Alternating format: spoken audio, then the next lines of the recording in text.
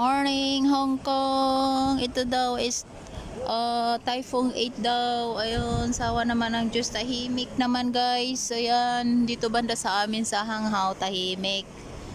Ayan, wala namang makikitang sign ng Typhoon 8 dito banda sa amin. So ayan guys, so marami pa ring mga taong naglalakad kasi dito banda sa amin wala namang kahangin-hangin, walang kaulan-ulan. So tahimik na tahimik talaga guys. So thanks God at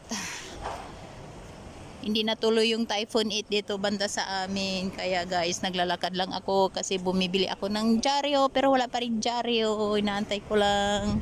So yan guys, so update lang ako sa Typhoon 8 Hong Kong. So yan, tahimik talaga rito sa amin. Ayan guys.